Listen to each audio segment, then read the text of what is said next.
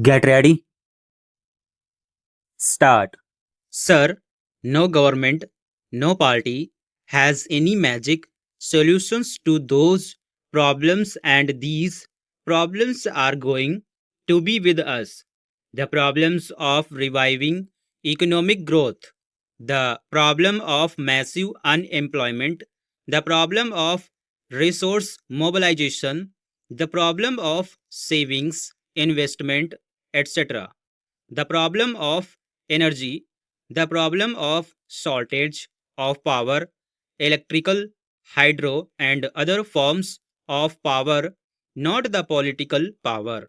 For there is no shortage of political power, but there is shortage of this power where every scheme of areas, every project of areas, almost every unit of enterprise is road blocked because of the shortage of power and energy. The problem is of finding a happy combination between hardcore economic policies for economic revival with distributed justice, with constraints on the growth of the kind of economic activity which would deprive merit, how to find this balance and how to revive the economy.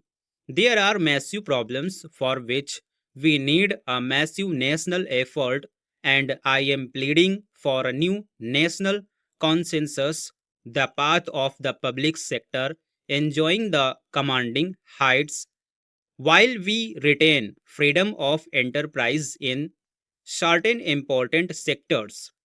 Sir, the President has also in his speech mentioned the international situation, although in somewhat subdued terms because of the gravity of the situation.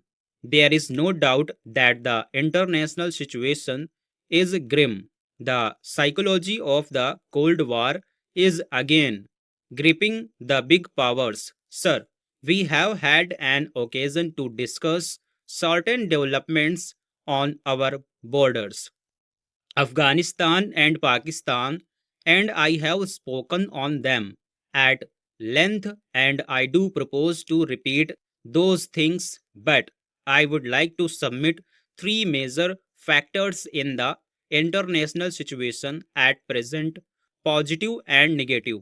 Only when we understand these can we evolve suitable responses also. One is the problem of adjustments to the realities of the new situation.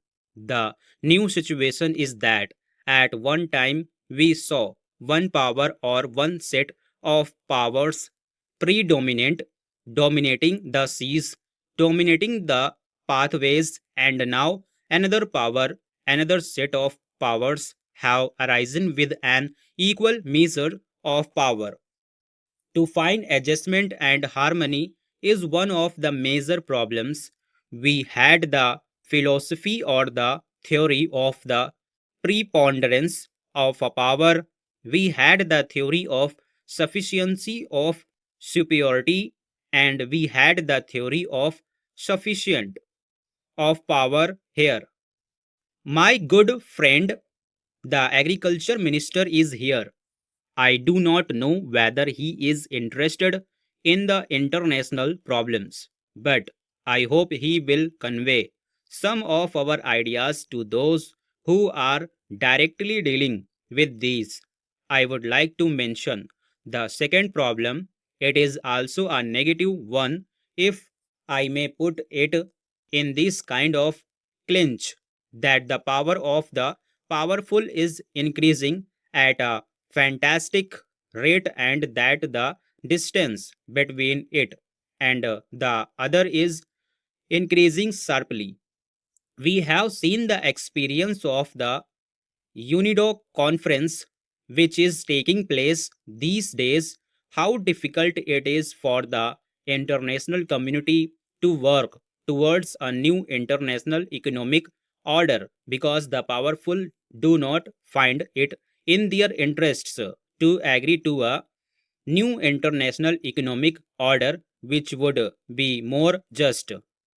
And that makes it necessary for us, precisely for that reason, to consult forces with all other similarly situated countries to work for a new international economic order.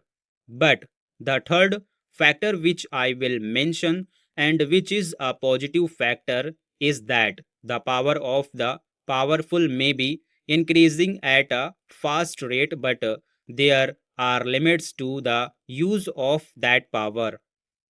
You have enormous weapons, you can destroy the world many times over, but you cannot use those weapons. The balance of terror has given leverage to less powerful countries, those countries who may not be a large power like India and others, to come together, to work together, and to exercise more leverage. And finally, sir, I would like to say that there is an immediate problem for this country, because for the first time we are being encircled. There is the US, China, Pakistan combined.